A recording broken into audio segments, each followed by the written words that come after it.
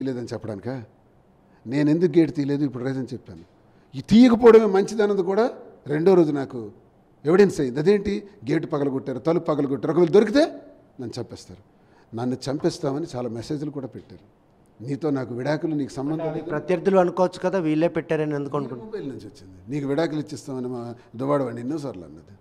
పిల్లల చేత కూడా నువ్వు చచ్చిపోయావు, నీకు మాకు సంబంధం లేదు అని అన్నకూడని మాటలు, తండ్రి గుండె బద్దలైపోయే మాటలు. అంతలా ప్రేమించిన పిల్లలు అంతలా మాట అన్నప్పుడైనా అసలు దువ్వాడ సీన్కి గుండెల్లో బాధ. చాలా బాధ సార్, చాలా బాధపడ్డాను.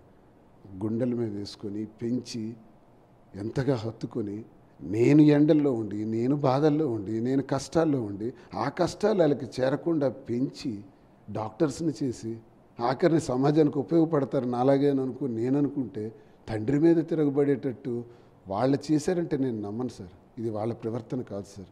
దట్ బాస్టర్డ్ తల్లే. ఆ తల్లి దువ్వాడవాణి, దాని తండ్రి రాఘవరావు, వీళ్ళిద్దరే పిల్లల్ని నాశనం చేశారు. రాఘవరావు తన కూతురు దువ్వాడవాణిని నాశనం చేశాడు. రాఘవరావు దువ్వాడవాణి కలిపి నా కూతురుని నాశనం చేశారు. నా కూతుర్ని నామే తిరగబడి చేశారు. 80 సంవత్సరాల రాఘవరావు అడుగు వచ్చేస్తాడా ఇంటి మీదకి? నా ఇంటి మీదకి ట్రెస్ పాస్ చేస్తాడా? నీకు ఇంటికి సంబంధం ఏంటి? మీరు మాకు ఆస్తులు ఇచ్చారు కదా అని చెప్పుకుంటున్నారు కదా. ఈ ఆస్తి ఎవరి పేరునుంది? నా పేరునుంది. ఎందుకు నా పేరును రాశారు? ఎప్పుడు ఇచ్చారో చెప్పండి. మీ నుంచి నాకు ఇది ఎలాగొచ్చిందో ఎవిడెన్స్ చేయండి. ఇప్పుడు మీరుంటున్న నీళ్ళు 6 కోట్ల రూపాయలు ఖర్చు పెట్టాను, అది రాఘవరావుదా? ఫ్యాక్టరీ 20 కోట్ల పైచిలుకు. వాళ్ళ ప్రయత్నం అంతా కూడా ఆస్తుల కోసం అంటారా, లేకపోతే ఆప్యాయతల అభిమానులు పోగొట్టుకుని పొందాలనుకుంటున్నారు? ఖచ్చితంగా ఆస్తుల కోసం. ఈ ఇల్లు కూడా పొందడం కోసం. ఓకే, ఇల్లు కూడా నేను ఇచ్చేయడానికి సిద్ధమే.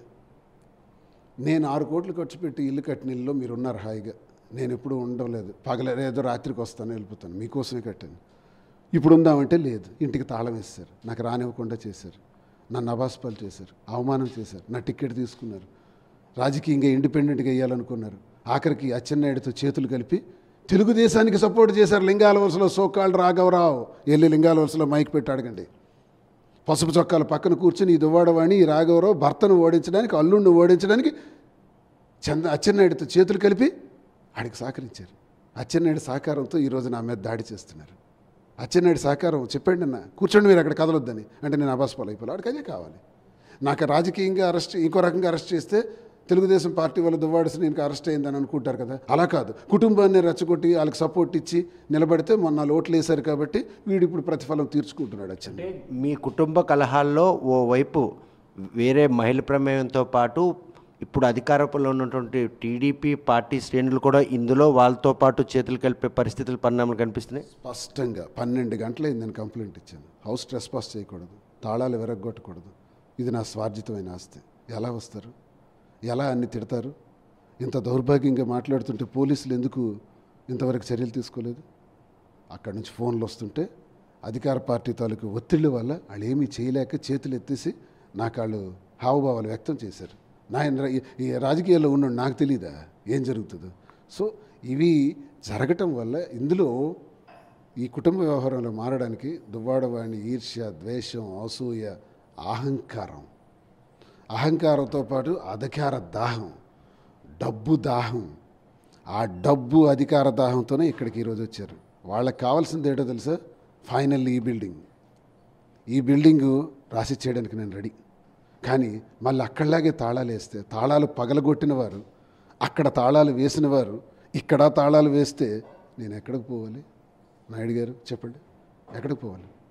ఏమైనా నీడుందా? తాళాలు వేసే ప్రక్రియ కోసం ప్రస్తావించారు కాబట్టి దివ్వెల ఏవైతే మాధురి ఉందో ఆమెతో మీకు అక్రమ సంబంధం ఉందని తెలిసిన తర్వాత మీరు ఇంటికి వెళ్ళే ప్రయత్నంలో మిమ్మల్ని అంగట్లో ఉంచి తాళాలు వేశారు, ఇంటికి రానివ్వలేదు పిల్లలు, భార్యకు. నిజమేనా? ఇప్పుడు మీరు ఇంట్లోకి వచ్చారు కదా, మా ఇంటి గర్భంలో ఉన్నారు, చూడండి అక్కడ మాధురి ఉందేమో. మాధురికి నాకు సంబంధం లేదు. మాధురి విషయంకి వచ్చేటప్పటికి మీరు అడుగుతున్నారు కాబట్టి 10 సార్లు నేను క్లారిటీ ఇవ్వాలి. మాధురి అన్న అమ్మాయిని రాజకీయాల్లోకి తెచ్చి అబాస్పాలు చేసి నాకు అమ్మాయికి రిలేషన్ ఉందని చెప్పి దుష్ప్రచారం చేసి టికెట్ పొందడానికి ఎత్తుగడేసిన దువ్వాడవాణి. అయిపోయింది, ఎపిసోడ్ అయిపోయింది. నేనే ఇచ్చాను, నాన్నకి చెప్పాను, రిక్వెస్ట్ చేశాను, ప్రకటించాను. జగన్ అన్న ఒప్పించాను. ఆ తర్వాత మళ్ళీ గతి లేని పరిస్థితిలో గ్రాఫ్ పడిపోయిన తర్వాత మళ్ళీ అన్న నువ్వే చేయాలని చెప్పడం, నేను చేయటం అంతా జరిగిపోయింది.